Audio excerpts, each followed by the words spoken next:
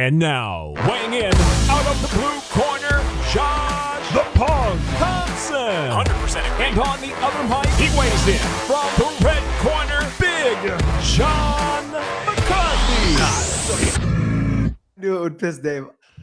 That's right. We're live, and my man was out. He was gone. He was going, but no, he's back. Look at him. He's happy to be here because he knows we get to talk about so many things happening in the world, in the world of MMA. You just had Dave in a panic. I loved it, but everyone, we are ready to go. It's another Weighing In podcast, and we're ready to go, and we are live. I love that. There's a lot to talk about. There's just a little bit. A little bit? What are you talking about? A little bit? Just a little bit. We got a lot going on this last 24 hours. Well, there's a lot of happy people. There's a lot of unhappy people. There's a lot of people that are just bitching about things just to bitch. John, that was the Trumpist voice over here. There's a lot of happy people. There's a lot of happy people. Oh man, I can't talk like him. I guess let's go ahead and just kind of talk about the election a little bit. Are we gonna do that? Yeah, let's just talk. Just for look, I don't want to run. I don't want to your mind. Like, let's literally just say like, hey, I'm excited for it to see what happens. That's really what happened. I mean, you have 4 years to prove you can do something, and you had 4 years before. I felt like the first 3 years of his term was going well until COVID hit, and I was a small business owner at the time, so. I had 3 small businesses, and they were all doing pretty well during that first 3 years up until COVID hit. COVID obviously crushed a lot of small businesses, especially in California. Look, outside of how you feel about him personally and outside of all that stuff and the way he talks, like I even as someone that supported him, it's very cringe to hear him talk sometimes. The rhetoric? But I'm not voting for I'm not voting for that. I'm voting for his policies. So that, anyways, I guess for me, there was a lot of up and down yesterday, a lot of emotions involved, not just for me, but I think for a lot of people. It was good to see, though. It was good to see that there was some unity on one side, maybe not as much unity on the other. And then hopefully we can get this thing to all kind of get back together. I would really like to see people stop talking about politics and start talking about how we could potentially how can we all unifying each other, do things better.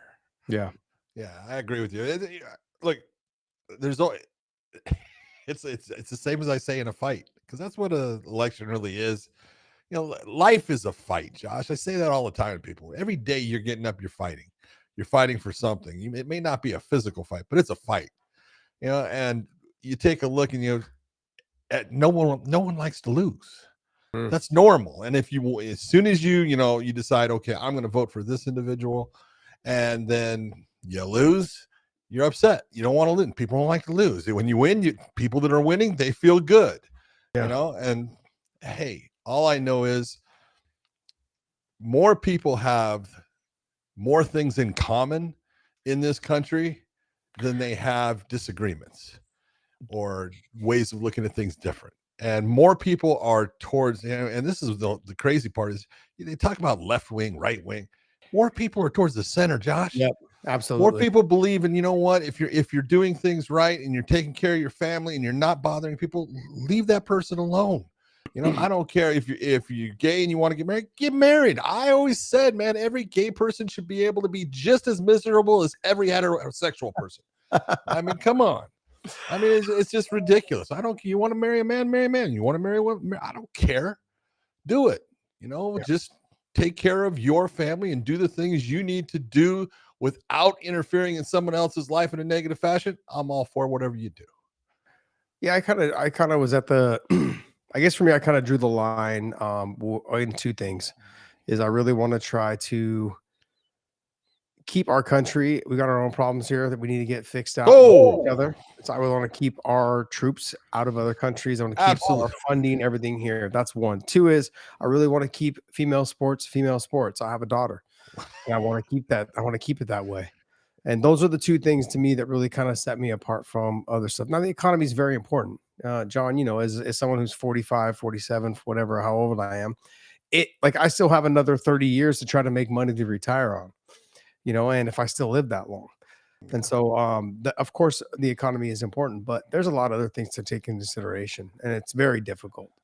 to pick which ones you want to prioritize. To me, those were the top two. Was making sure that I don't want to send my son off because I have a son as well. I don't want him to go into war. I want him. No one wants to bury their child. Nobody. Nobody. And so, at any moment that we can have somebody in office that's not out there starting wars or not there injecting us into wars, then that's where I'm at. And then, like I said, I want to keep female sports. I would love them to stay the way you compete against females, males compete against males. That's it. Let's just leave it at that. I'll break it down for you this way, because being a police officer, I used to tell people, look, no one's happy seeing the police. You only see the police normally it's 99% it's negative, right? The police officers stop you, because you're driving your car. You don't want that interaction. You don't want to all of a sudden have the feeling like, oh my God, they're going to give me a ticket. It's going to cost me money. All these things. It's a bad interaction. Even if that cop is super nice and everything, as soon as they give you the ticket, nope, they're an asshole. The other time you call them is because someone did something and you're upset, or they broke into your home, or any of those things. And I tell people all the time, man, look, being a police officer is a really shitty job. Yeah. Okay. You can make it good by doing good things for people, but it's not easy to do because you're not given that many opportunities to put yourself that. And then I tell you, I just put that into the military. If it's hard to be a police officer here in this country, how do you think being the police department for the world is going to work for you? Yeah. It's not going to work. You can't make those people like you. You cannot make everybody happy. There's going to be a side that doesn't like what you're doing. They don't like you that you're there. All these things. Stay out of wars. Stay out of other people's countries, man. Take care of your people. Take care of your country. That's what I want to see. I want to see our government take care of our veterans. Take care of the people that have actually done something to serve our country. Take care of the people that have mental issues that need help out on the street. And I agree with you straight out, as I don't care if someone likes it or not. Men should never be allowed to compete in women's sports. Absolutely not. There's a reason why we have women's sports. Mm-hmm. It's crazy. I'm going to leave it on this so we can move on to the actual sports portion of this podcast. Is, Charles Barkley said something like, pretty much he feels the human race and human beings are inherently just good people. And I kind of believe it. Like, if you think about when you look at kids, right? How many memes have we seen with like a young kid and two young kids, one's black, one's white, and he's like, hey, we are best friends. I went and got my haircut so I could look just like you. Like, there's little memes that are out there like that, and it's like, you take that and you see how innocent that is. That's why I feel like when you said we're pretty much a majority of the country is in the middle. Yeah. We're not extreme right, not extreme left. Now, some people have some views that are extreme right, but when you actually talk about all the other views, we're pretty much everyone else is right in the middle. Yep. So we got to stop letting these politicians divide us. That's one. Stop allowing the media to divide us, and just start thinking about, hey man, if I was sitting in front of somebody, not on Instagram, not on Twitter, if I was sitting in front of him, would I be saying the shit that I'm saying right now to his face or to her face? And odds are it would probably be no. Yeah. And you guys could probably talk about it in a civil way to work things out. And that's kind of where I think majority of Americans lies, in the middle. I think we can make this thing great again. Great again. Yeah, no pun intended. But definitely, I'm excited for it, man. I'm really excited for it. So we'll see what happens in the next 4 years. Look, all the talking said and done, man. It's time to prove it. That's really what it comes down to. Dave, what do you got for us, buddy? All right, let's actually get rolling into the MMA side of things here. I'm going to start off with a fun little opportunity for you guys to create your own story here inside the MMA world. Okay, so Max Holloway comes out and says he's done at 45, going up to 55. That's the next move.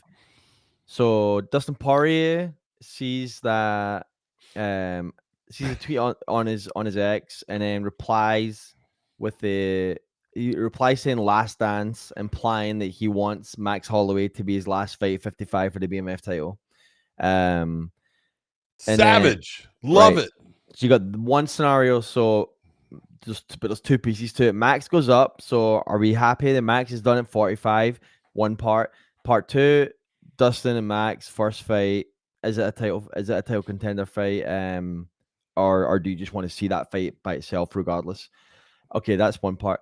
Part two is there's a report out that Charles might be injured and out of the fight against Michael Chandler next week. It's there's no like mainstream reporting of it. It's just been bled out, and Dustin did reply on X, which is the only reason I'm bringing this to your attention, saying, is Charles really out versus Muscle Milk Mike?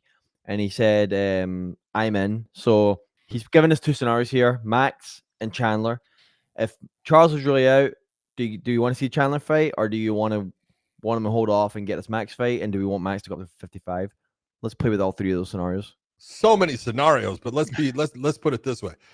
My man Josh had already, we had this discussion as far as Max, and I thought it was good that Max was going to get a shot at 145 at the title. Josh thought, you know what, he shouldn't take that one. He should have just stuck with 155 after the win with Gaethje, because he had put on the weight, he had put it on the right way. Now he's going to try to go down. It was going to be a problem for him. You know, I don't think it was a problem for him. Oh, but, yeah, it was. No. Fuck yeah, it was. No. Come on, let's be honest. John, he doesn't talk like that after any of his other previous fights, and there's a reason why he talked like that. That weight cut destroyed him. It destroyed him. He just wasn't. I'm not taking anything away from Poirier. Poirier is the man.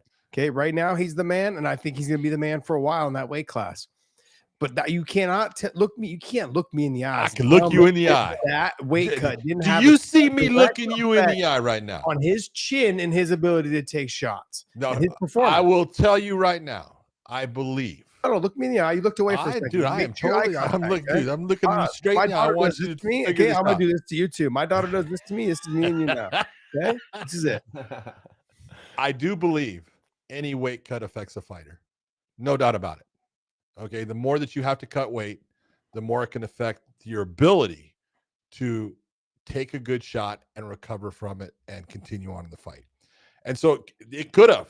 It absolutely could have been that thing, because look, Max had never been knocked out before. But again, you can't take anything away from Ilia Topuria. He's the one that made that happen. He's the guy that performed. And again, I don't take anything away from Max taking a shot at getting that featherweight title. But I do believe, like you believe, that lightweight is the place for him now. And it was the place for him before that last fight, John. But if he had won, it wouldn't have been. So it's a matter, yes, you can sit there and say, hindsight is 50-50 for you, but you can sit there and say, yeah, now that you know, yeah, maybe he should have taken it because he got a loss. But hey, man, I don't blame him for taking that shot. And I agree with it. If given the opportunity, I get a title fight right now, or I wait, I take the title fight. So it didn't work out for him. But at 155, I think him and Dustin Poirier again. Dustin Poirier is a savage. Let's be honest, man. The guy is just so goddamn fucking good. And so is Max. And, they have fought before. They fought for the title at 155.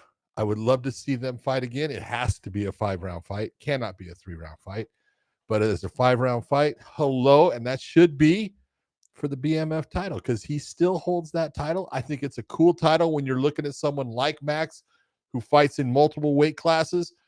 Give Dustin Poirier a shot at that title. He had it once. He didn't get it when Justin Gaethje beat him, and Justin got that belt. Give him one more shot at it, because Dustin Poirier deserves any fight he wants, as long as it's against another legend. Yes, go.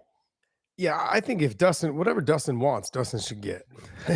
My aunt used to say this: whatever Bonnie wants, Bonnie gets. She said about her husband. Like, whatever Bonnie wants, Bonnie gets. And I feel like with Dustin, right? He's the guy, man. Like him, there's certain guys.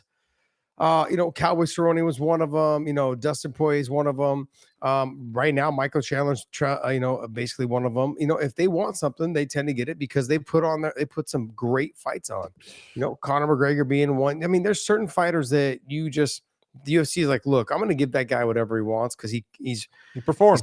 He's also decided that, hey, anytime we call, he's available. That's one. Like right now, he's out there right now on Twitter going, hey, I'll take that fight. Yeah. That lets you know that he's a gamer. He's always been a gamer, but this is one of those other situations like, okay, I'll step up next week and fight. Do you think that Charles Oliveira is not going to be in that fight against Chandler, or do you think this is just the whispers in the wind that we hear all the time? Okay, so I can't say the person, but I've heard directly that guys like Dustin have not been contacted about the fight. Yeah, which Okay, tells I've you. heard, Go yeah, ahead. the fight is potentially still on. Yeah. Now, look, we also know that there's a little bit of buzz. Sometimes it gets out, and then Sure. by the weekend or by Friday, Saturday, they're trying to work this thing out. Managers will sometimes say, "Hey, if this fight's going to happen, though, maybe they won't go to their fighter until you actually start giving me some numbers." There's that. You can say, "Hey, present the fight. Are you even interested?" Before we even go any further, it really just depends on the manager and the fighter's relationship before they agree to anything. Before it's like, hey, then, like for me, if I got a random call, like I did when I fought Kawajiri in Japan, Coker called me and I was sitting at the Warriors game, in the front row, Eating chicken fingers, drinking a beer, and he said, "Hey, I got a lot of money for you right now. If you want this fight, it's literally in like 10 days." And I said, "Let me go home and run." I left the game right there, went home and ran. I was like, I feel fine. Let's do it. Look how Coker wrecked your recreational viewing of Didn't a care. Warriors game. No. No, Could have he bought didn't season wreck it. tickets with that. Could have bought season tickets with that. No, There it you was good, go. man. But I mean, it really depends on the relationship that each fighter has with their manager and how they want it to be presented. And I think also too, Dana probably could call, probably does or could call Dustin directly and be like, "Look, I got this fight. You interested or not? I'll go through your manager the rest of the way. Whatever it is. Like, hey, you want to scrap or not?" But I think that fight, Chandler and Dustin, is a must watch TV. It's absolutely a great fight. Chandler came up short last time, but it was a very entertaining fight for the time period that it was on. I'm looking. If that fight happens, I'm not going to turn that fight away. I want to go back though, John, to the Max Holloway stuff.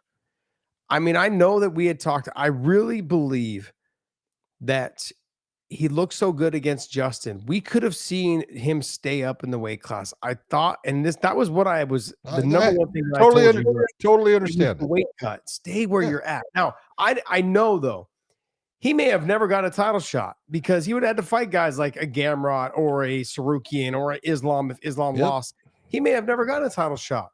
That's right. But at the stage in his career, he's probably looking for the more exciting fights. He also doesn't want to put his body through that weight cut anymore, all that stuff. And then he put the weight on properly. There's a lot to be said about just getting your body up and then tearing it back down, getting your body up. When you put the weight on properly, it's not just like, oh God, I went out and ate. And then, this is what I walk around in. This is what I'm training at. That's not what it is. No, because it takes time. It takes work. When he starts getting his body in shape, the weight just starts to kind of trickle down a little bit. It makes a little bit, it starts getting it closer to where he fights at 145. He actually had to put some muscle on, had to, put the weight on properly and have to get rid of that. It really does deplete your body. I mean, I fought Kid Yamamoto at 143 pounds and I did it within a 2-week notice because Philip Perez got knocked out in training, holding Thai pads for some student at his gym, dummy. Anyways, I've seen it happen, so he's not alone. I mean, so that in 2 weeks, I cut down from 170, 171, somewhere in there, 69, 70, somewhere in there to 143 in 2 weeks. Made the weight. It took me a month to get my body back up to 169. It took me a month to actually feel normal again. I mean, I felt normal, but I mean, to look the way that I did and to pack the muscle back on like I had it, at that stage of my career. It's time consuming. I feel like when he made that weight cut back down to 45, it was just too much. And like I said, I'm not taking it away from Ilya. I think Ilya, he fought the right fight, but I also believe that we haven't seen Max's chin like that, and Ilya's got the power to do it as he's proven. But it just seems like, man, his chin's never been dented, and now all of a sudden he was out. It wasn't like he was, he was out. He got laid out. Yeah. So, anyways, that was more my concern with him going down there. I want to see him at 55. He may never get a title shot at 55, but I think there's some really good fights for him there. Some amazing fights for him there. Like if I'm looking at, let me see if I'm looking at these rankings right now. Let me see here, 155. Let's go. I mean, him. I'm sorry, I know people probably don't want to hear this, but Dan Hooker and him would be such a fun fight. And Max? And Max. Dan That'd be a Hooker great and fight. Max would be a fantastic fight. Now, I obviously would like to see him fight. Dan Hooker fighting Dustin Poirier again would be a great fight because the first time it was a great fight. Absolutely. Yeah. So there's fights to be had for Max that would definitely give a shot in the arm to that weight division. And I think the 140-pound division right now has kind of been a little bit ran through right now. They've got to regenerate some new talent there. There's a couple guys that are there they're phenomenal fighters that just got to get up a little bit closer to the top 5. Yeah. But right now, I think Max, like I said before, he's done everything he needs to do at 145. I think the weight cut is not too much for him, but it was too much for him after putting the weight on properly. Now, in terms of the Max and the Dustin fight, I've seen it twice. I don't get me wrong. I'm not going to not buy it. I'm going to, of course, buy it because I know it's going to be a great fight. But whatever, man. I would like to see Dustin fight Chandler before I'd probably like to see Max. I'm not knocking the fight at all. I would love to see it. Doesn't matter. I'm gonna spend my money on that pay-per-view. Doesn't matter if they're the opening fight or if they're co-main or if they're the main. I'm gonna buy the pay-per-view. But that's kind of where I'm at right now. I'd like to see, Max jump up in there. I mean, can you imagine like a Max and Fiziev fight? A Max and a Moicano fight, a Max and Saint Denis fight. I mean, these are all fights that that will just be action-packed from beginning to end. Yeah, fantastic. So, in that process, I mean, I think there's plenty of fights for Max at 155. And let's not even talk about the fact that if he's able to get past Dustin, that puts him right in that talking conversation of fighting maybe like a Charles or the winner of Chandler and Charles or the winner or the loser or winner at the 155-pound title fight. True. Yeah, I don't give a damn what it is. If Max Holloway is fighting or Dustin Poirier is fighting, I will watch it every time. If they're fighting each other, I'll still watch. Yes, they have fought each other before and stuff, but don't care. It's that good a fight between two guys that I respect, and I would love to see it again. It's weird to me that Dustin Poirier would actually, after being so pissed off at Michael Chandler for things that occurred during that fight that he had, that he goes, yeah, I'll take that fight. I want to fight again because I understand why he's doing it. It's all good. But you look and you go, Chandler did some kind of nasty stuff. He's on top, blows his nose all over. He did some things in there. You look at Max is like he fish hooked him. He did a couple of things in there. And I'm sorry, Dustin was a little pissed off about it, and I'm almost looking at it like he's almost like in that I want another shot because I want to beat your ass again for what you did, but that would make it for a great fight. Absolutely, I think it'd be a fantastic fight. They're also saying it's a title fight, though. So they're also saying it's a title contender fight. So, yeah. Are you talking about for Chandler and Dustin? Chandler and Charles, they're saying is a number one contender fight. So I mean, if I feel like anybody would be like, all right, let me hop in there then. True. Plus, Dustin can win that fight. Oh yeah. Oh, absolutely. He, he did win that fight. He already did. Yeah. He already did. And he got a title fight off it, right? Just like that's why Josh is talking about. He's got 2 wins against Max. I understand. Well, John, I mean, look, I had the same conversation with about the Max situation, but look, have you seen pictures? Can you pull them up, Dave? Instagram pictures of Michael Chandler. He's shrunk down to almost nothing. He's ripped as all hell, which he normally is. You know that. But he was supposed to fight Connor at 170. How much is that going to have effect on his chin? How much is that going to have effect on his performance, in a 5-round fight? Those are all questions to be answered now. And he's no spring chicken. What is he, 37? Well, hold on. Because if he's down and he's ripped like this right now, okay, that's telling me that he's in great shape coming into it. And he doesn't have to lose as much because just like I don't. Let me just pull up something. That's pinned, so it may not be current. Michael used to cut a lot of weight. Yeah, he's not a tall fighter, but he's packed as far as he is physically super strong. He's carries a lot of muscle. And so if he's looking so shredded right, maybe he's actually not cutting as much weight going into it, which is a good thing. Yeah, there's some other pictures that I had saw that he was just absolutely shredded. Just completely shredded. So you're just a little jealous right now. No. I mean, I'm fair. He is. Look at that, John. Look at that, though. Yeah. Like he looks skinny. Like I'm not saying skinny, like he's muscular skinny. Like he's lean and shredded. He's ready to fight right now. Look at the veins in his inner I thigh. see, man. Yeah. So I mean, he looks, I mean, a couple more weeks of hard training, he might look as good as Justin Wilcox. But he also might overtrain. You know, and that's true. always been something that people have talked about with Michael. Because look, he's a training freak. Mm-hmm. He is never a guy that doesn't train. Sometimes you can train too much. You overtrain, it will affect your performance. No, I would agree with that 100%. I know firsthand. But It's frame wise, do you think this is better fitted for like a Charles Oliveira? Because it's like a thinner, kind of more like lanky frame when he looks like this. He's not any lankier. I know. Well, I mean, but like the skinnier you are, not the lankier, but like I just think like the frame. Charles Oliveira, like everyone, needs to be careful in the first round with Michael Chandler because Michael Chandler he's got a lot of power in his hands. He's explosive. He's fast. And, just like what happened in their first fight, like Charles was doing well, had him on the ground. He was able to get up and he hurt Charles. And look, he almost had Charles out. Let's just be honest. Mm-hmm. Charles was in trouble. He was able to get himself back, get guard, hold on, and get to the next round. And he did what he was supposed to do. But first round, anybody with Michael Chandler has got to be careful. He is an explosive athlete. Yeah. I mean, look, whatever happens, if there is a fight that comes in, whether it's going to be Dustin Poirier, whether it's going to be Max, whoever it is going to be, like the steps in if Charles is out against Chandler, the Dustin Poirier fight makes a lot of sense. Sure. Dustin, I know, looking for the motivational fights. Michael Chandler has a way of getting under people's skin, and that's very motivational for him. He got under his skin in the fight. Yeah. So I'm looking forward to seeing what happens in the next week if we're going to end up having a fight change out on it.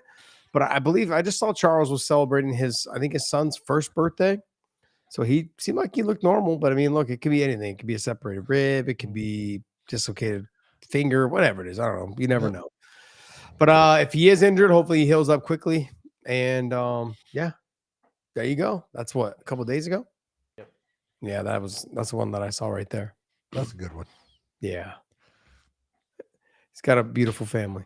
Yeah. I'm looking forward to seeing what's up. Hey, before we move on, though, this episode is brought to you by BetUS. Make sure you guys use YouTube 150 as the promo code, YouTube 150 for BetUS. They give you 150% bonus on your first deposit, and then on your next two deposits, 125% bonus. So check them out at betus.com. There you go. Also, go ahead. No, you go. And also, John and I both drinking our Element. Oh, yes, we are. You guys stay salty, ladies and gentlemen. Use the link down below in the description. Oh, you got the chili lime, not chili lime. No. This is the black cherry lime. Black cherry lime, which I love. Really good. That one's really good. I like the watermelon. I'm kind of getting a little burnt out on the watermelon because I've had 3 cases of it. Have you tried the citrus salt? Yes, I have. I like that one. It's good. They have a chili lime too. Yes, they do. That one's weird. It's weird. It's just Someone said it's a little spicy. I haven't had it. It does. It puts the how when you I have a lot of hot sauce in my life. I like hot things, but when Mr. McCarthy, I know. Yes, but you know how when you'll eat something and like the pepper will get stuck in the back of your throat. That's kind of how that is like when you're drinking it. It was weird for me because it's a chili lime mango, I think. Oh, so it's like basically it's like a chavela with tahini on the rib. Oh, there you go. There you go. Little tahini on the rib. All right. Hey, we've also continued our partnership with OnlyFans. Head on over there to us and subscribe to us over there for extra content. Dave, go ahead, bud. Yep. So let me hit these super chats real quick. Dave Sandine asks, did you hear Andy Foster's interview this week? If so, thoughts on him saying he supports overturning Jones' DQ? It was illegal at the time. Wouldn't that set precedent to overturn every call like that? Well, Andy was the riding force, if you want to say it, behind getting the rule change that we just did with the grounded fighter. And so I think it's just like he knows that the 12-6 elbow thing was not a effective rule. He's smart enough to realize that That rule didn't change anything other than it changed John Jones's record to have one loss on it from a DQ. Okay. Are you going to sit there and say that, and again, I'm sorry, Andy was also the riding force of getting rid of that 12-6 elbow. So by saying that, could you in Nevada, I'm telling you, Nevada does not change. They don't overturn disqualifications or things like that. There's gambling involved with fighting, and there's all kinds of things that are part of it. That is so far in the past that I don't think it would be that big a thing. And I've said it before. I don't believe that John Jones should have been DQ'd in that fight. If you're going to do anything, you want to say it's a no contest, great, say it's a no contest. But Matt Hamill was not injured by John Jones as far as the elbow that he threw. The reason that fight was stopped is because Matt Hamill had a dislocated shoulder, and it was from a legal technique. So I look at it and I go, I truly believe John Jones is undefeated as an MMA fighter. That DQ, yeah, it's honest thing. Do I think they should take it away, though? No. It is what it is now. It's been there for that long, and it's not going to change anything as far as the legacy or history of John Jones in his fighting career. I mean, I think just leave it. Yeah. It's just not worth the headache. No. And the other thing, too long. No one cares. Yeah. The reason why I'm sure John cares. Yeah. But the reason why I say leave it is because then it gives people something to strive for. Okay. All we got to do is just be undefeated 30-0 or 30, like, Habib. So he's 29-0. A lot of fighters can be like, look, all I got to do is get to 30-0 and I can be considered one of the greatest, if not the greatest. Look, we've seen people get close. It's not easy. No.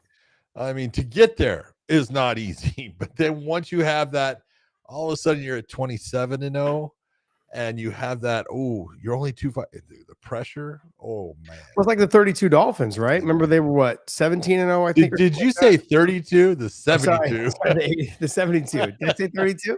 You said 32. Oh, sorry. That's just, you were looking at the jersey behind you. But they, but like I said, like, it doesn't matter. Winning the last one is the most important game. It's the hardest game because there's all the pressure on you to win that last one. And so I think you saw it with Tom Brady and his team with the Patriots, right? They were 19-0 or 18-0 going into that Super Bowl, and they lost 18-1. So it's the hardest part is finishing out. That's the hardest part. And those, like, we've seen it with Yaroslav Amosov, right? 27-0. 27-0. He was 27-0, and now he's 27-1. So it's one of those situations where as you get closer to beating that person that's 29-0 or 30-0 or whatever it is, more pressure builds up. It starts getting in your mind. It's following through and getting it all the way to and executing all the way through the process. So not easy. Never easy. Never easy. What else you got for us there? All right. Thank you, Dave Sandine. I appreciate it. Thank you. Yep. Alejandro Gutierrez. Thoughts on Dustin versus Colby? Settle their beef in Miami? I don't think Dustin wants anything to do with that fight. Like, why give the guy any more clout? He's on I don't know. He's won one fight in 5 years. I mean, like, what's the point? Dustin's doing this no matter what. Dustin's going to be the guy that people love. They look up to. They enjoy watching him fight. Colby's kind of made himself such a heel that it's hard to come back from being that type of heel. I don't see any reason. It's okay being the heel when you're winning. Yeah, it's not good. Take a look at what's going on there. When you are not winning fights and you're winning every other fight, not an easy thing, man. It's tough. And Colby is in that position. Look, he's got a great record. He's 17-4. He's a good fighter. But one thing I will say is someday when he is done with his career, Colby's going to be one of those guys that's going to say, I should have fought more. Oh, absolutely. I left too much time out there where I wasn't fighting that I could have been making money and getting better. John, I mean, like, I look back at my career, I wish I would have fought way more. Yeah. I mean, I had a lot of fights before I even went to the UFC that you don't see on my records because Sherdog wasn't even around yet. But it's one of those, I really wish when I was in the UFC or when I wish I would have just fought more. Yeah. I wish I would have taken a little bit more of the Cowboy Cerrone approach. Maybe not as reckless and wild as him, like, yeah, sure, I'll fight next week. Oh wait, you just fought last week. It's okay, I'll just fight again. No, maybe not that kind of approach, but I definitely would have tried to fight. Like, hey, if something comes up, being ready. Also, too, I noticed when I look back in my career, I spent a lot of time wasting time at like clubs and being out and a little bit doing things I shouldn't have been doing when I could have been getting better. Yeah, but it was fun. Yeah, it was. It was. See, that's the problem, man. It was, but there was missed opportunities. I look back and I tell people now, like, this is such a short career, and everyone knows it's a short career. But you're like, oh, I don't want to burn myself out. Dude, you're not going to burn yourself out. Just take care of yourself. Go to bed at a decent time. Do the right things, and your get body up will and respond. Your body will respond. Your body will recover. Your body is literally like the best Ferrari in the world. You just got to make sure you're putting the right gas in it. That's the biggest. I tell people all the time, man. All right, what else you got for us there, Dave? All right, let's hop into the fight card that's coming up this weekend. Boom. Pull it up here. We got Neil Magny versus Carlos Prates. I think this is a very difficult fight for Neil Magny. I'm going to be honest. John? I look at this one and it's like, I love Neil Magny. I think he is a guy that has made the most out of his career. He is very good in all ranges. His stand-up is he's not a power puncher, but he's got a lot of volume. He uses his length. He's got a great ground game. He's just a tough dude. But man, I'll tell you what, right now, Carlos Prates is coming on. He is good. His stand-up is nasty. He has been starching people, and I think he's going to starch Neil Magny. Yeah, I don't see this fight going Neil's way at all. I don't either. On the feet, I think Prates is going to be too fast, going to be too accurate. He's going to be too young. All those things. They're really throwing Neil to the wolves. Boy, this is one of those like, we're going to give you a main event. Yeah, we'll give you the main event because you make about a $25,000, maybe $50,000 bonus for being the main event. But we're hoping for a highlight reel knockout. Oh, that's what they're looking to build up the young buck, man. The one that's putting in. The one that's having exciting fights and looking to start building up his membership base, as I would say, like his fan base. That's it. But I think overall it should be a good fight. Dave, what do you got on the odds on that fight? Bet USA. Neil Magny is plus 500. There it is, right there. You expect. I'm sorry to laugh about that, but you would expect, and you have a main event. It'll be fairly close to odds. Yeah. No, it's not even close. Not even close. What's Minus 800. Minus 800. 800. Hello. I mean, John, this is one of those fights though. Look, even though I'm obviously gonna lean towards Prates, I think he's gonna win this fight, and I think he's gonna win it pretty easily. But let's just throw $25 down on Neil and just see what happens. I mean, honestly, what is it? You said plus 500? Yep. Let's throw $25 down. Just see what happens. If you win, if you win. If you don't, you don't have that much money. $25. Neil, I can't lose it. Neil could win by some sort of weird guillotine. Oh, he can win by submission. Yeah, he can win by submission. So I wouldn't take that fully out. And plus the experience. But I mean, I believe that the calf kicks and leg kicks are going to be a problem. The speed of the hands is going to be a problem. He's going to be difficult to take down if Neil needs to get him down. So there's, and Prates is not a short guy either. I know Neil's tall, super long. Yeah, long and lanky is the way to the title, baby. And uses it well. Yes, he does. He's fun to watch. What's the co-main event there, John? Ricky Tercios versus Bernardo Sopaj. I think it's Sopa, but I'll tell you what, Bernardo is the guy that we watched. I want to say it was like 3 months ago, maybe 4. He had a fantastic fight against Oliveira. He lost it in the 3rd round, I want to say, right near the end, with a flying knee. He got knocked out. But I'll tell you what, he showed me he is a tough son of a bitch. So this is a good matchup. Tercios is he's a tenacious, just gritty fighter. And from everything that I saw in that fight with Bernardo, he is absolutely a guy that's going to be there. He's fast. He's got power. This is a good matchup. I like this one.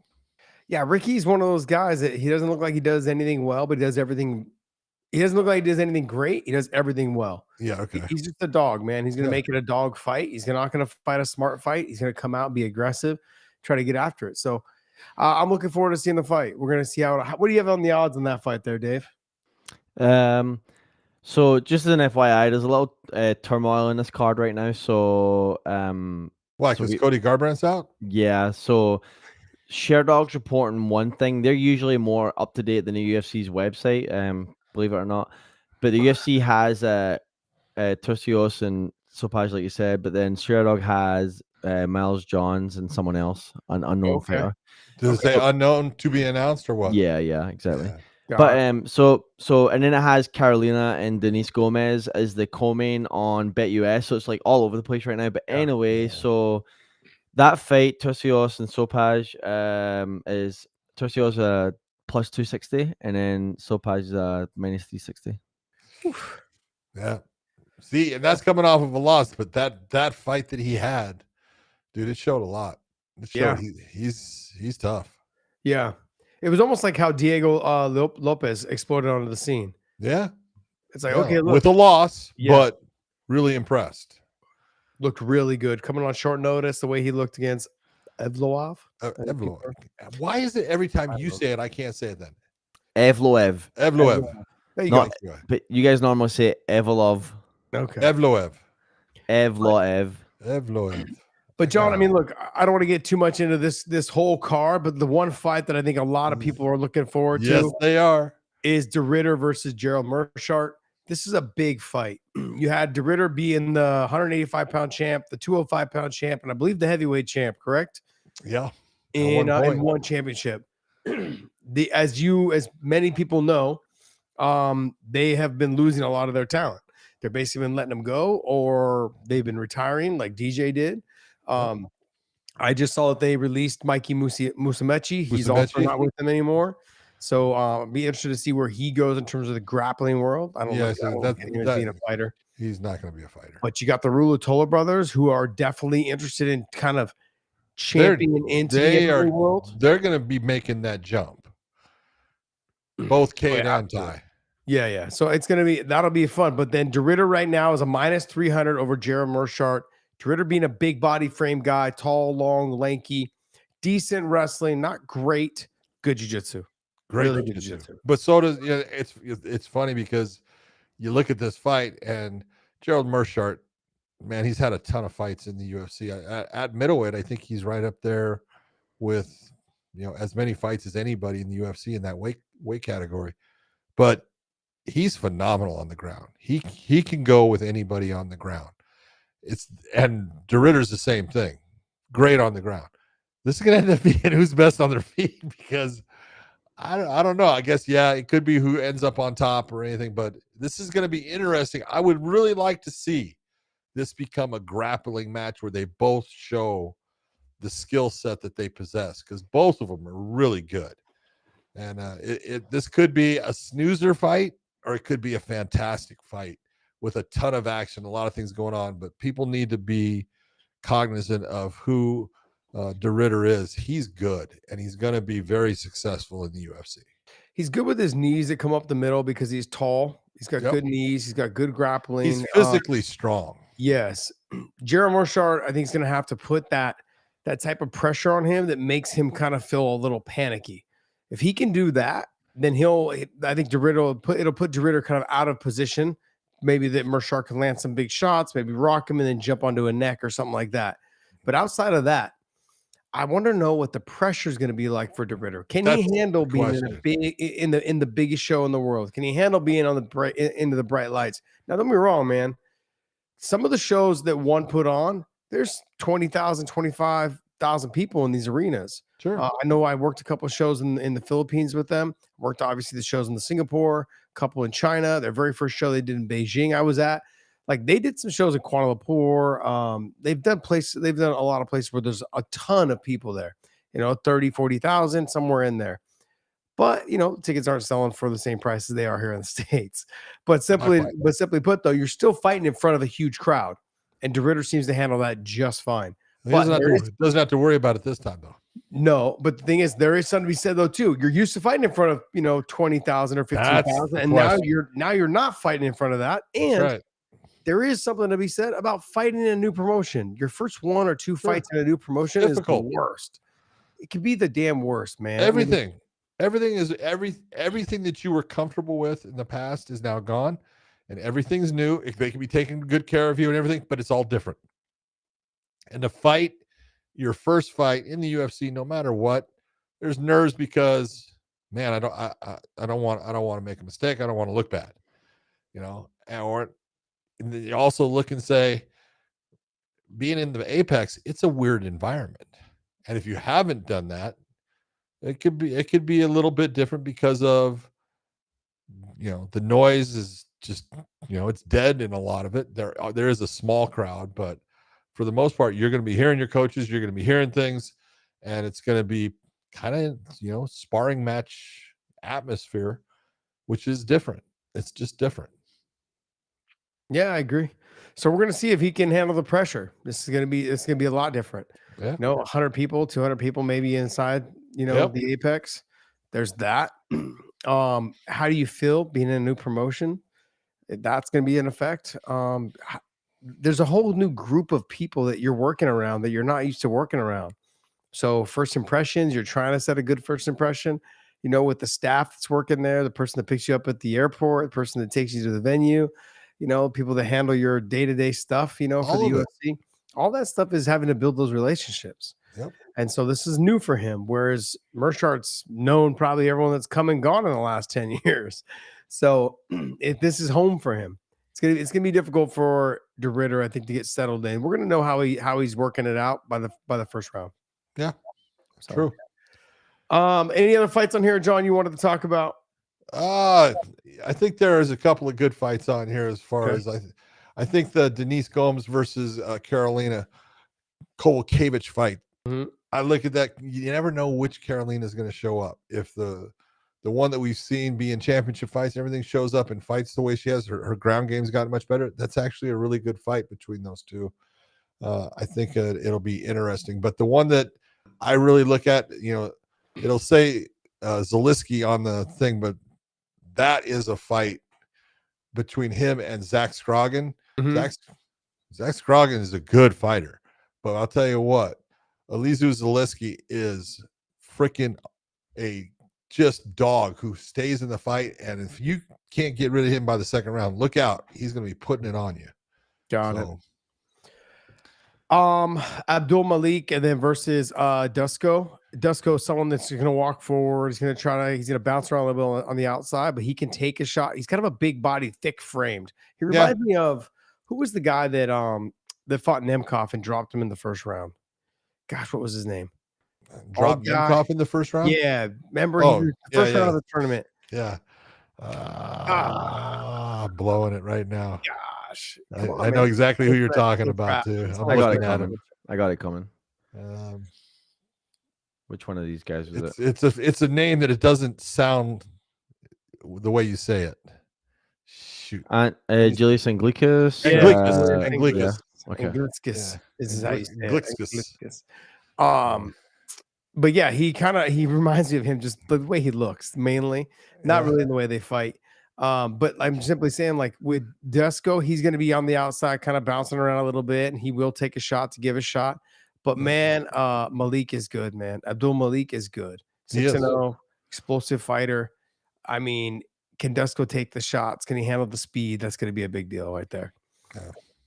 The other fight that I was looking forward to is Damal Blackshear versus Cody Stamann. Blackshear's good. He is good. He's a dog. Stamann's solid. Blackshear does better when he can take people down to the ground. He's got a very difficult time taking Cody Stamann down. So he's going to have to be on his feet. He's athletic. He's got decent stand-up, but Cody Stamann's stand-ups become very, very tight. Technically tight. Not the greatest as far as, he's not flashy, but he's good. And he's got good defense. He comes in. He throws good counters. He's become a well-rounded MMA fighter. And then lastly, someone I used to train with and roll with a little bit and kickbox with is Gaston Bolanos. He's on there as well versus, how do you say this guy's name? Cortavius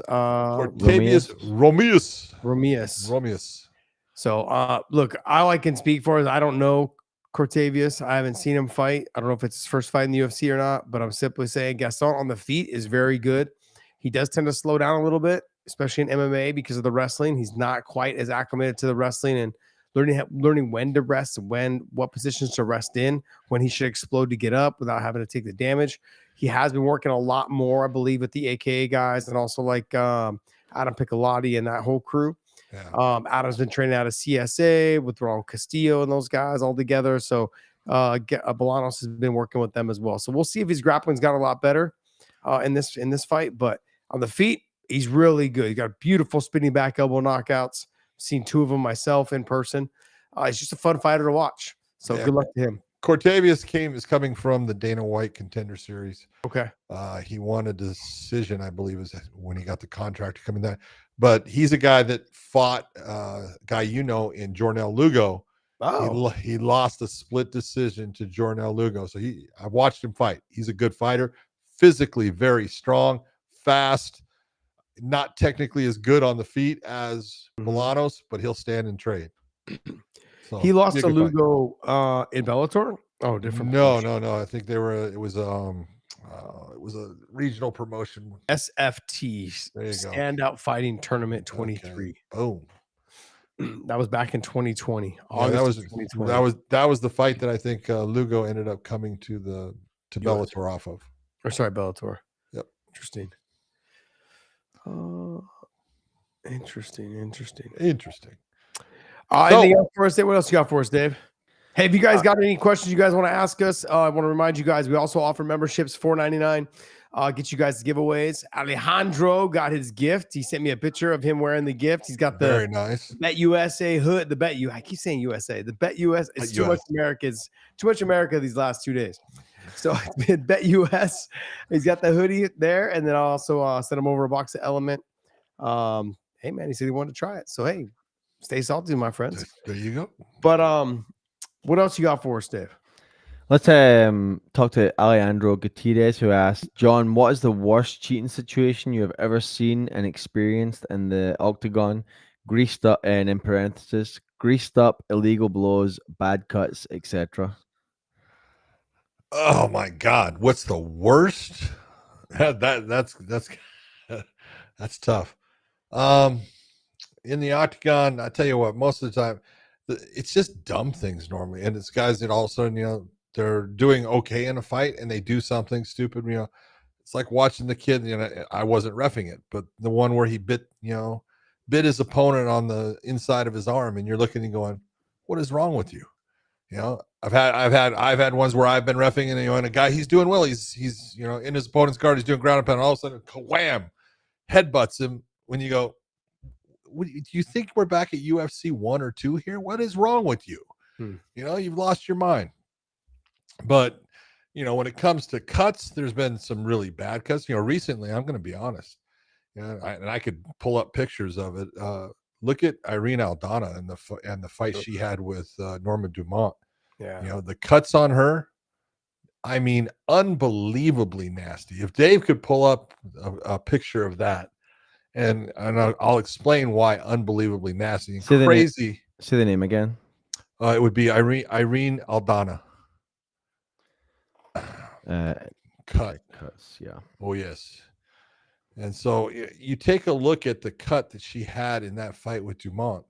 Okay, put that picture up there. Okay, and now as you're looking at this one on her nose, and it's nasty. YouTube's gonna kick us off for that, but why? It's a still picture.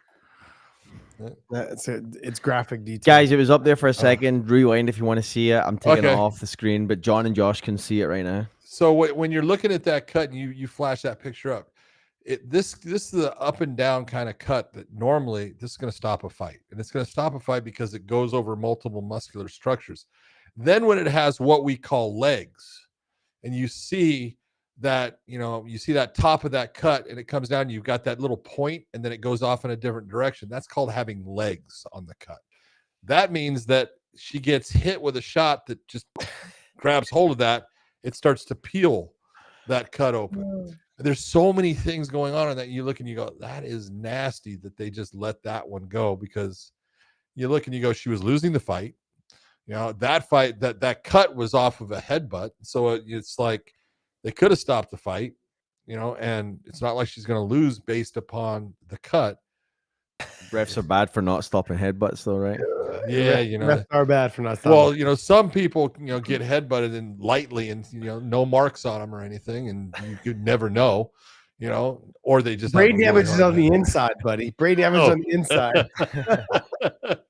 But you know, that was one that I looked at, and it was like recent that I could bring up. To man, Can you pull up the Kane Musa one?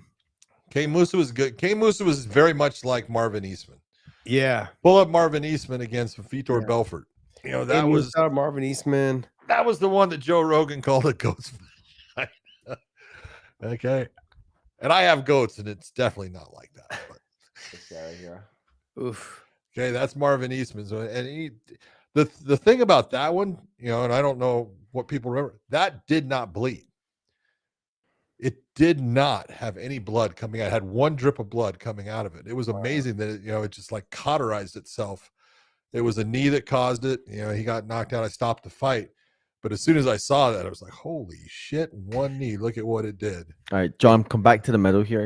You're getting you're so way excited, off. you're Sorry. way off. There you Yeah. go. Come on, man. And Thank you you. scooted way in, so now it's just your head in the frame. I'm But watching you over here. I'm gonna say that the worst cut, you know, and it wasn't in the UFC. The worst cut I ever had was in a small show, and it was like, honest to God, I want to say the fight was 17 seconds long, and it was 3 cuts.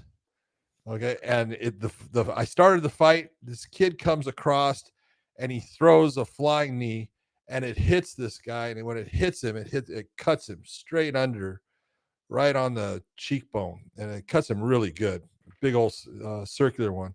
And then, you know, the kid goes reeling back into the ropes. He gets hit with a freaking left hook. No, it's right hand, and it cuts him over that eye. Right. So he's got one underneath, one over, and then he goes down. The guy comes down with an elbow, and it opens him up with one that crosses both of them on his eye. It was just filleted back. It was the nastiest thing. Yeah. So what is wrong, Dave? Right. The best part is I had my ringside physician was a guy named Tony Hicks at the time. He's a big time plastic surgeon in California, does all the stars and stuff like that. And so, you know, I'm waving Tony. Tony comes in, right? I go, Tony, you got your work cut out for you on this one. He goes, I ain't touching that fuck. He goes, that boy's going to the hospital. He didn't touch him at all. Right to a plastic That surgeon. boy, right to a plastic surgeon. Nasty. That's Very nasty. man. I had a nasty cut. I was wrestling, and I took a guy down, and his head bounced off the mat. He popped back up and hit me in the face and split me right here. Split me all the way down. My tooth came through. After that, I never, even when I'm drilling, I never do any of it without a mouthpiece. Yep. So I got the same thing right there. yeah. Yep. Can you pull up the Kane Musa one? Were you able to find it? That one right there, I can tell you with Marvin Eastman, that one had 15 stitches on the inside and 32 stitches on the outside. That was gross. That's nice. That's a good one. It looked like excuse me. It looked like a big old vagina on his forehead. Yeah, It's like yeah. that.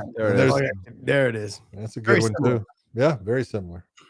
Little different angle, but looking good. Kane Musa was laughing about it in the back. He was putting his finger in and like doing this, going, I could fit my finger in there, just playing with it. I was like, that's disgusting, man. Guys, I'm flashing these for like a split second, but That's I'm not risking That's us all getting good. kicked off of YouTube. No problem. It really, they'll kick you off of YouTube for showing that? Or demonetize you, kick you off, stop Oh. your live streaming, strike you, Okay. all of the Why? above, yeah. It's Guys, a it's cut from a violence. It's It's considered violence. violence. Fight. Not violence. I don't know, whatever. They'll Or show I the fight. guess in his case it's pornography with a vagina cut. Maybe he needs to head over to OnlyFans. That's Yeah, it. exactly. Yeah. What else you got for us? All right.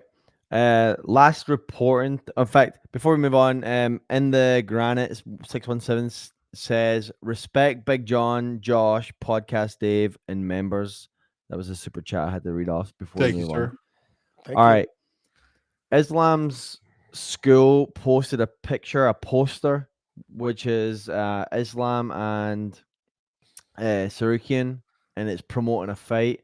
I gotta refresh this, guys. Sorry, give me a second here, but here we go. But there's no other word but the poster translates to being in Los Angeles in January. So yeah, I want to get, that would be January 18th, I believe. yeah, so January 18th, and then the tagged location is Los Angeles, California. Yep. So we don't know if it's real yet, but if it is, we gotta assume that's the fight you want to see now. Look, they've already fought once, and both of them are just a little bit better than they were on that first one. So this is going to be one hell of a match. John, there's not one other fighter that concerns me for Islam except for him. Yeah, he's the only one, I can understand why. It's because he's explosive on the feet, and Islam is hittable. He's good at closing that distance and trying not to take the clean, hard shot, but he is hittable. The grappling, I think the wrestling aspect of those, they are different in their wrestling. Yes, different style. Tsarukyan is more of a, I don't want to say it's definitely not American style wrestling, but he is more of a single double leg type wrestler. No, he's a freestyle type wrestler. Yeah. And Islam is more clinch, sambo, foot sweep, judo, and he can mix that up. So in that process, though, I think Tsarukyan has a chance, an opportunity to catch Islam on the feet. Now, do I think it's going to happen? No. And the reason why I'm going to go this way is just simply because once you've already beaten somebody, you remember what that was like. And it doesn't matter if they've gotten better. There are things that, sure, you can tighten up and do this, and they are completely different fighters since that fight.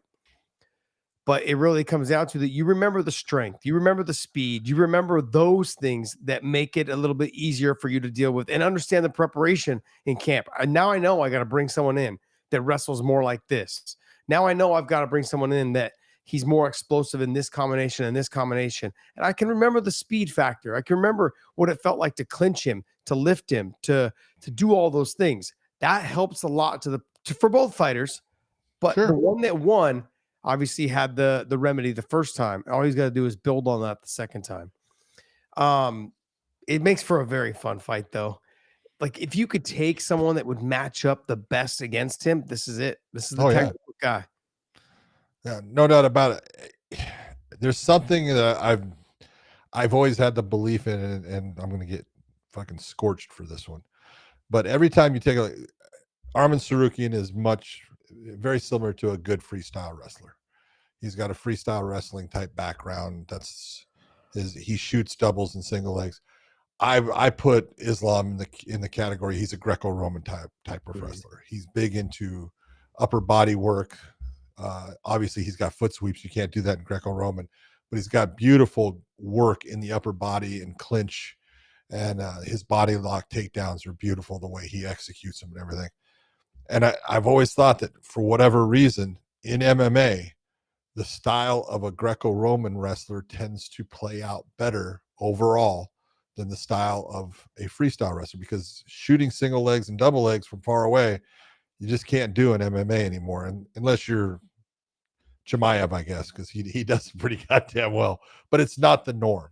And the norm is that guys that have very good upper body control tend to do better when matched up with that guy that's the freestyle wrestler. So doesn't mean that Tsarukyan can't win, but I always give the advantage. Usually when I look at that and they're both of the same caliber and level, I usually go with the guy that's good with the body locks. That is one. I normally go with the guy who won the first fight.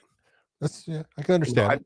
I think winning a fight once and then trying to do it again sometimes is not easy. It's not easy. It's never easy, John. Especially when it's for the title. It's never easy. But I saw some stat probably about 10 years ago, maybe even less than that, but where they said like the person who won the first fight almost 80% of the time wins the second one. Now, I think it was more like a 78%, but I mean, I'm just rounding up to 80% like I do my age. It's one of those things where, like I said, you've already felt the speed. You've seen how fast he is. You've already felt the strength. You know kind of where they're good at in certain positions, so you're expecting that. Obviously, there's going to be some tweaks, and I think Islam will be extremely prepared for this fight. In that first fight, also, sure. Yeah. In that first fight, Islam was coming in. I believe he had a staph infection or he was sick. One of the two he was on antibiotics for. So during that fight, he obviously wasn't the same that he wasn't the best that he could have been. But Tsarukyan was also coming in, I believe, on short notice. Yeah, I think that he was brought in for that fight. Yeah, he was. Wasn't that his first fight in the UFC? It was the very first fight in the UFC. Talk about a stud. And if you go back and watch that fight, that is some of the hands down best wrestling I've ever seen inside a fight. Yeah. Ever. I mean, there was foot sweeps, there was double legs, there was lift scoops, it was awesome. Inside trips. It was an amazing fight. Go back. If you haven't watched that fight, go back and watch that fight. But you got to figure, that fight was back in what, 2019? Yeah, April 20th. Yep. April 20, 2019. 5 years ago. On 420? Yeah. Wow. Was it 420? Yep. See right there. There you go. April That's 20. funny. But that fight was a long time ago. Both guys are obviously much better now than they were then. And so no, I agree. It's just going to make for Tsarukyan. I agree. He's the style of fighter. If someone's going to beat Islam, it's going to be somebody like Tsarukyan. This is like where Tsarukyan's in the clinch here. This is where he doesn't want to be with him. No, that's the whole point. He needs to either drop down on the single, lift and scoop like he's doing here, pull him away from the fence. That's how he's going to have success, trying to get in and trying to get this. But man, there's some beautiful work here. Oh yeah, Islam doing well with the far side overhook and the wizard position, then shoving the head, trying to get the head down. Nice. On the head.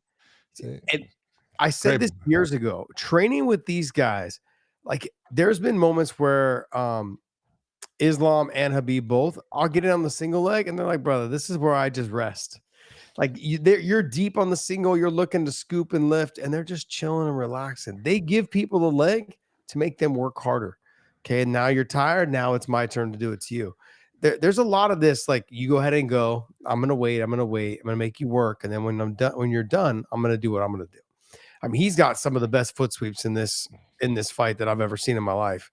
Islam does. But I mean, for me, I feel like Tsarukyan, he's not going to be in this position in this next fight. He won't be here. He'll end up being all the way out or all the way in terms of wrestling. Because John, I think he knows that in this position, this is where Islam has the advantage. If he's all the way out, the speed of Tsarukyan is going to give Islam some problems, along with the power. That guy's got some power, man. I think he's realized that now. And look at the way he's working on the ground. I mean, Islam's doing a good job, but look at the way Tsarukyan's looking to hit his hook sweep, get back to the top. It was a beautiful hook sweep to get himself just back to his feet. And the way he does it, it's hard to stop. Yeah. This is going to be a fun fight, man. Huh? If it happens, what did you say, the 18th of January? Yep. Going to be a fantastic fight. Yeah. I'm excited. Beautiful, beautiful. But then look at him. He rolled him through. He got to the top position. He switched the position. Now he's on the front headlock. I mean, just is going to be great. This is some of the best, like back and forth exchanges, like two ferrets getting after it, man. I love it. I love that analogy because that's exactly what it reminds me of. So Islam in on the double leg, Islam on the lift. I mean, defending the submissions. I don't see Tsarukyan submitting him unless he jumps on something after he rocks Islam. But I could see Islam jumping on a submission on him if he rocks Tsarukyan. In the wrestling, I'm going to give the advantage to Islam in the wrestling. But on the feet, I'm going to go Islam is the better striker, but the power, man, that power really concerns me. The explosiveness, the way that he comes, he throws his combinations from different angles. He's so explosive. He jumps in a lot, and that can throw you off. You sometimes don't cover fast enough. And John, me, man, I get a little extra stressful because the boys. No, not at all. You are so calm. Well, look, we've had past fights where I literally have been like, man, he's going to walk through this guy. And everyone's like, no, he's not. No, he's not. The Charles fight, he's going to sub Charles. I can see him getting the submission within the first 3. Happen quickly. I'm like, there's just things that I see in him against other fighters. I'm like, there's just no way this fighter has a chance. I can't say that about Tsarukyan. I cannot say it, not just because of the wrestling, but because of the punching power as well. The ground and pound, the tenacity, the aggressiveness, that type of stuff.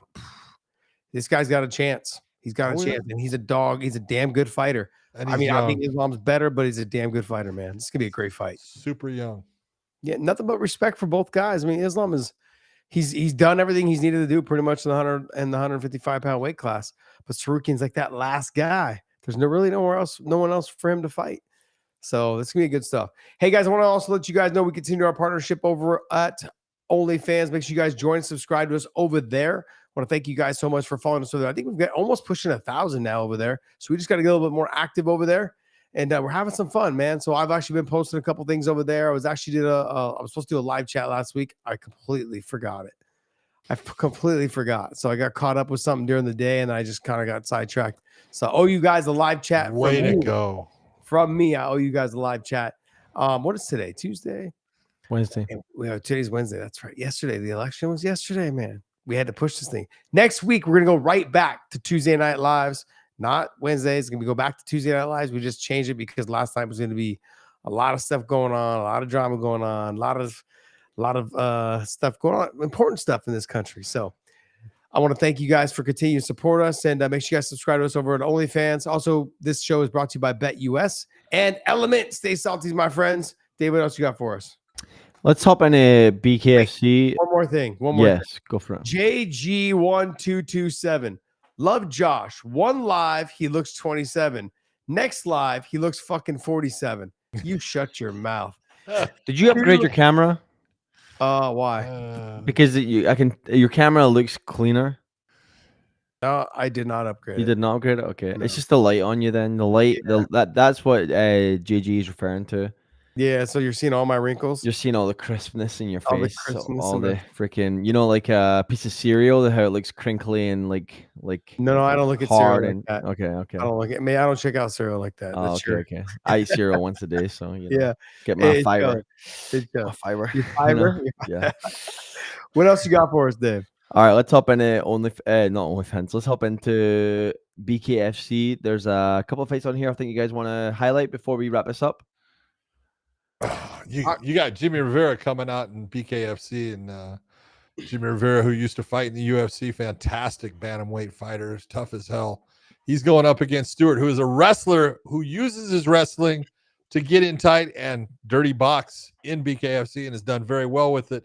This should be an interesting fight. Jimmy likes to utilize big shots and set his opponent up from the outside. Stewart, like I said, likes to crush that distance. Jimmy knows how to wrestle, knows how to clinch well. It should be an interesting fight. Jimmy Rivera is just a dog, man. He's fun to watch he fight. is. So look, if they have this as the main event, there's a reason, because they're expecting him to throw down and get after it. So it should be a fun fight. Make sure you guys check him out. Look, I think this is going to be this sport.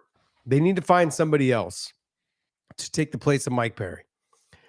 And if they're not going to have Mike Perry fight again, they need to find somebody else to take the place of Mike Perry. So there's a couple guys out there that could potentially do it.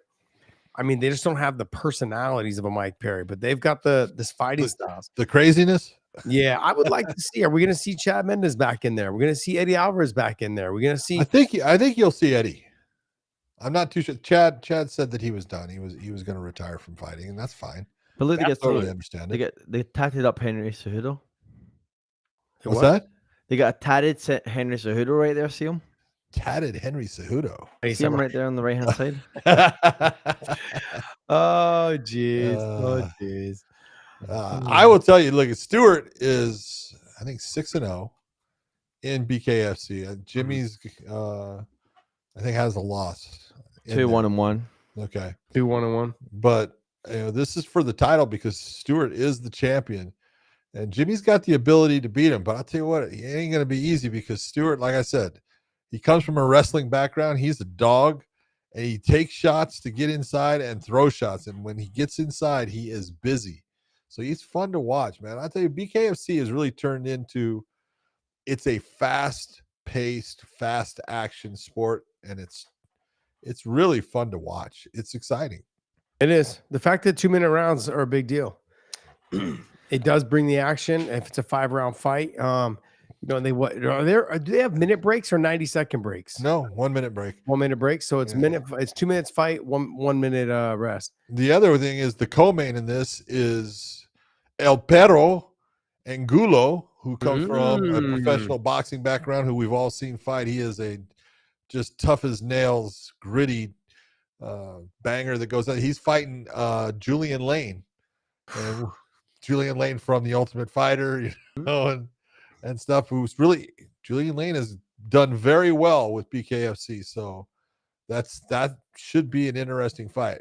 Angulo is a guy, man, tough as nails, man, hard to get rid of. He's fought Kirkland. He fought one of the guys yeah. that I used to train with, Ricardo Cortez. He's fought some top level boxers and world class boxers. This is not this is boxing, but it's BKFC boxing, bare knuckle boxing. It's a different style of fight. Yep. I watched Gulo's last fight. He had a great fight, man. Knockdown, drag out. He was getting whooped. Yeah, he was getting his ass kicked for 2-3 rounds. Comes back and gets the beautiful, beautiful fight. Yeah. But man, he's known for that. He's known for like getting his ass kicked for 2 or 3 rounds, and then just kind of slowly picking you apart, almost that Frazier type, style where he just kind of keeps walking forward, keeps walking you down, keeps touching, walk you down. Yeah. So, but Lane is more explosive, probably equal. I would say probably got a little bit more power.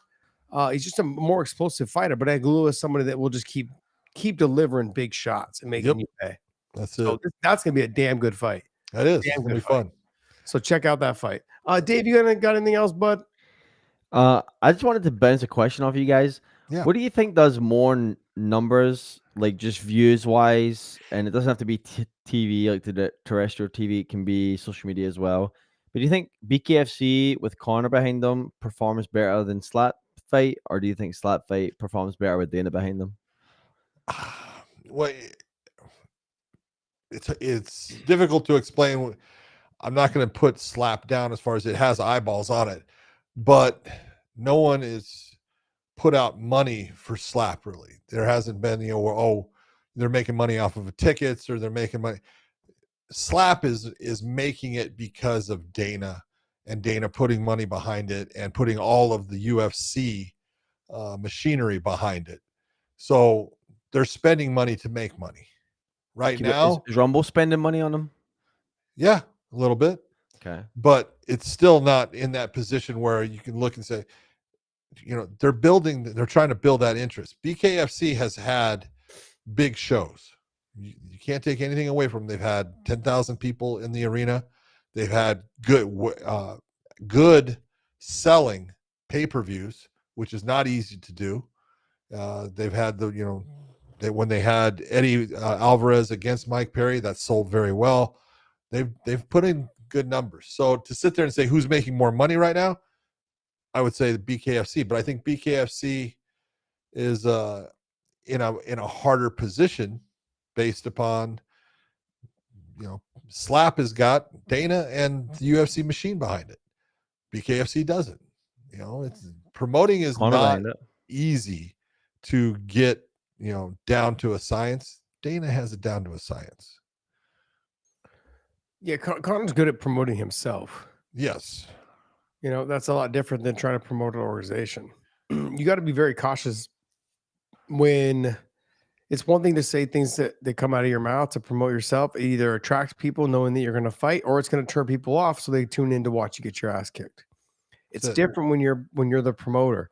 You've got to be careful and cautious because the things you say could turn people off to where they don't want to buy your pay-per-views, or they don't want to view your product. They don't want to view your product, is right. Yeah. So even though he's a good promoter of himself, it's not the same as being the Dana White promoter. I don't think there's another promoter in the game that's as good as Dana White. I can't, not just in MMA. I'm talking about in boxing and MMA and in any fight combat sports. I don't think there's a better promoter. And it doesn't happen, man. It doesn't happen. So I think that if Slap is going to be successful, you can tell that Dana's pouring into it and giving you numbers that no one really checks. No one really cares. They're just like, whatever. It is what it is. They're going to take Dana at his word pretty much. Be like, oh, okay, cool. This is the great thing. Now they're also doing things where they're showing fighters going to the events, sitting front row, watching it. I saw one with DC, oh man, this is, this guy got rocked. This guy got knocked out. And they're just showing the energy of the fighters and their reactions. And it's one thing to have fans react, but it's another thing to have former UFC champions going, oh shit, damn, like it's exciting to the casual fan goes, oh man, if he's reacting that way, he's seen it all. This must be fun as hell. This must be exciting. So I think Dana knows what he's doing, man. There's no doubt about it. I think Slap may end up being bigger than any of us ever thought it would be, because we all thought this was just like Neanderthal type shit. But then again, people thought MMA was the same way. It's true. So I have a hard time watching it because I'm just thinking to myself, like I trained my whole life to fight MMA, but I trained a lot of it was defense. These guys have no defense. They literally hold a stick behind their back and just take the shot. Yep.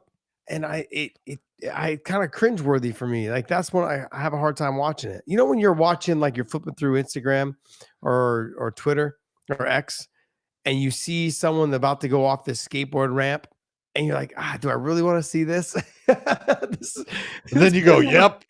Yeah, you know, but that's pretty much what happens every time I see these two guys get ready to slap each other. I'm like, yeah, it's what I look at as it has the element, and I've said this, you know, since the beginning. It has the element that people are looking for, knockouts.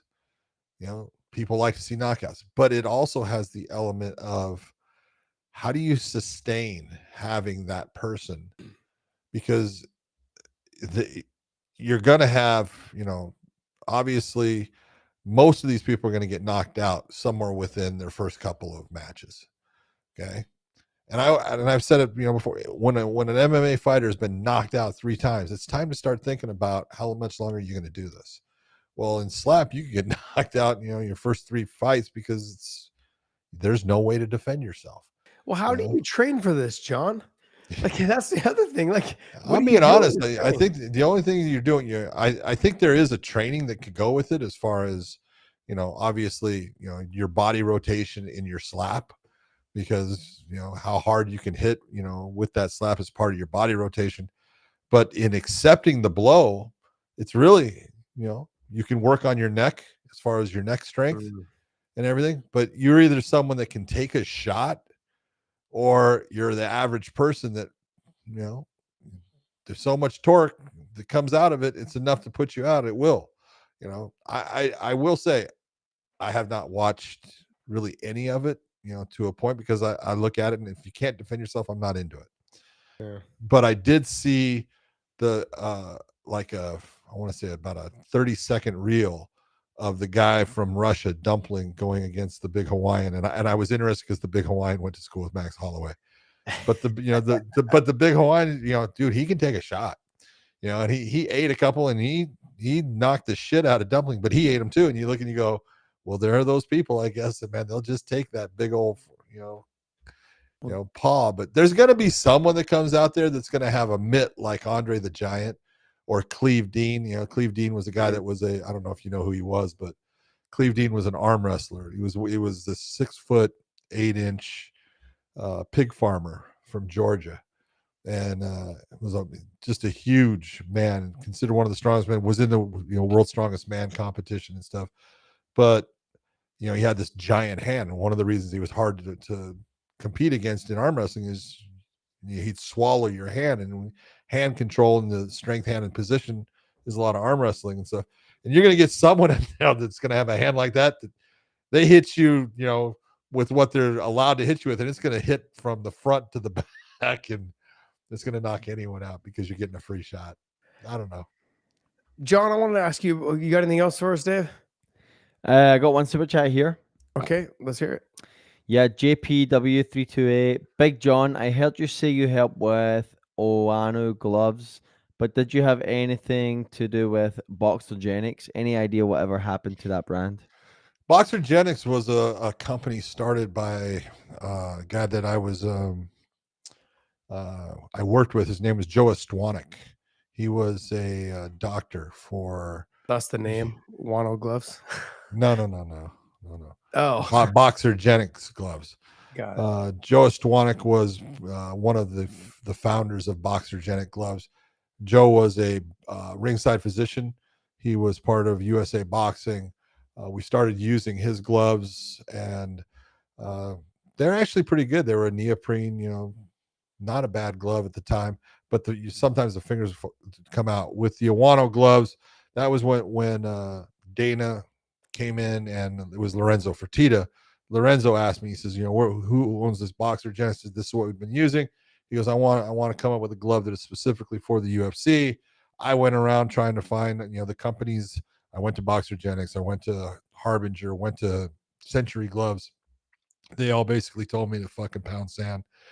But John Awano was the guy that said, yeah, let's do it. And I became friends with John, based upon that. And we worked on gloves, and he was the one that was making the gloves for the UFC until he wasn't doing it because they got a contract with Century. So they kicked him out. But the small guy always loses. John, I wanted to get your opinion on two things. I know we're going to talk about this next week, though, too, but your take on the John Jones-Stipe fight. Don't give away too much. Don't what? Don't give away too much. We've got a live stream next Tuesday to perform. This is true. This is true. We do. But, I look at this and I think the card is actually really good, Josh. Yeah. I think, if all the fights stayed intact. If the fights stay intact, and you never know coming up. But the fight card itself, it's a great card. Mm-hmm. Being in New York is going to be cool. Stipe hasn't fought for 4 years. Yeah. Okay. And I take nothing away. I love Stipe as a fighter. I'm not trying to put him down in any fashion. I'm telling you, as a person, he's a great guy. He's been a fantastic champion for the UFC. Obviously doesn't do things the way they want too much, as far as, he's got his own life and he's going to do things his way. But the argument can be made, though, John, sorry, that John's only fought once in 6 years or 5 years or something. Yeah. I mean, yes, he had injuries too now. Injuries is the thing, and he only had the fight with Tsarukyan for the championship and stuff, but there's a big difference in their ages too. That's true. And I just look at it and it's like, I'm being honest when I look at it in the fashion that, if you want to say, does Stipe deserve the fight? Yeah. Based upon, I understand why John would want to fight him. I understand, why Stipe would want to fight John, but I look at it as simple as you had an interim title match, and that was, Aspinall and Sergey. Aspinall walked through him. Aspinall has walked through everybody you put in front of him, and you have a fight for the undisputed title going on while Tom Aspinall, sitting with an interim title, is not fighting. That doesn't make sense to me.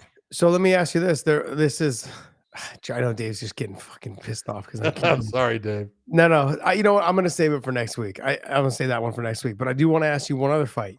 The Peter Yan versus Dustin Figueiredo. Yeah. A fantastic fight. I think it's going to be great. The wrestling aspect of it for both of them, the striking aspect of it, the boxing centrics of Peter Yan, the Dustin Figueiredo, of this, the movement, the speed, all of that mixed in with his new style of wrestling, what he's been doing since working with Henry Cejudo. I think that's the big thing is, sometimes guys will make a move somewhere and it doesn't really affect their style. It doesn't really do anything for him. It did a ton for Figueiredo when he went to Henry's gym and started working out there, and what he's learned from Angel and Henry and the way he's been able to implement it in his game. He's a different fighter. Yeah, he's much better now than he was in the past. And I'm not too sure that Peter Yan, I can say the same thing about. He's not, a much better fighter. He's basically the same fighter. He's skillful, not saying he's not, but it's an interesting matchup because they match up very well. Yeah, they do. Just Peter Yan being removed for such a long time. What he fought one time? He fought one time, last April or something like that? Yep. Or yeah, whenever he fought last. He has not been busy at all. He's been out for a while. I did see tape of him working out, doing some trainings, beating the shit out of people, and then him getting in with someone too that was putting it on him too. But he obviously is training hard. But man, I'll tell you what, he's gonna have his hands full with Figueiredo. I'm gonna be in Austin next week, beating the shit out of Dave. Boom! There you go. Pounding it. Yeah. You hear that? She used to calm down a little bit. Tell him, Dave, he has to catch you first. Now you can outrun. Exactly. Have you seen his belly lately, man? It's so bad. It's so bad. Disgusting. I'm hoping every time I get inside the cold plunge, it'll melt some of it away. It'll freeze it away, I should say. So I've been doing the cold plunge every morning, 3 minutes every morning. Oh, the anxiety right before you get in, it's fucking painful. It's horrible. It's horrible. Hey guys, if you guys have any questions, any super chats, go ahead and hit us up. Let us know. You got anything else for us there, Dave? No, we'll wrap up on that note. All right. What was it? What was I going to say? Oh, go to WayneInMerch.com. WayneInMerch.com. Pick up some of our apparel there. I sent over to our merch people some of our past designs and a couple new designs and stuff like that. So hopefully they get those put up here shortly. It's a lot of work to get a hold of them, but we're working on it. So it's a deal. We got this thing going. Hey, I want to thank you guys, man, so much for joining us. Tuesday night lives. It will be Tuesday night lives. We just moved it because of the election last night. And I wanted to say it's been a pleasure doing the lives, man. We're having fun with this. This is something different. Dave's been trying to convince us for about 2 years to do lives. We always told him to just shove it. And finally, we were like, you know what? Let's just give this thing a try. We'll have some fun with it. It's performing, man. The guys love it. We're having fun with it. So we want to thank you guys for continuing to follow us. It's hard to say when Dave is right. But it will be Tuesday night. 99% of the time. Oh, there it is. Okay. It'll be Tuesday nights at 9:30 Eastern time. Tuesday night, 9:30 Eastern time. Tell your friends, tell everyone about it. Have them join, have them subscribe to our channel as well. I want to thank you guys for continuing to support us. And this show is brought to you by BetUS. It's also brought to you by Element. Stay salty, my friend. Ladies and gentlemen, stay salty. There you go. Check out their product with the link in the descriptions down below. Also, BetUS is YouTube 150. If you guys 150% bonus on your first deposit, 125% bonus on your next 2 deposits. Check them out at BetUS YouTube 150. And obviously, join us over at OnlyFans. I want to thank you guys. Also, sign to be a member. Alejandro, a bunch of people are on here, man. You guys are all members. I want to thank you guys. And if you guys do the $4.99, we give away bonus packages and giveaways every month. And if you guys do the $1.99, it puts a little icon next to your name. We try to get to your questions as fast as possible. So, John, what else you got? You got anything else for us? Yeah, you know what? For everyone out there, the elections are over. Good. No more stupid commercials. None of all the crap. None of the hate. Just be good to each other. We will see you.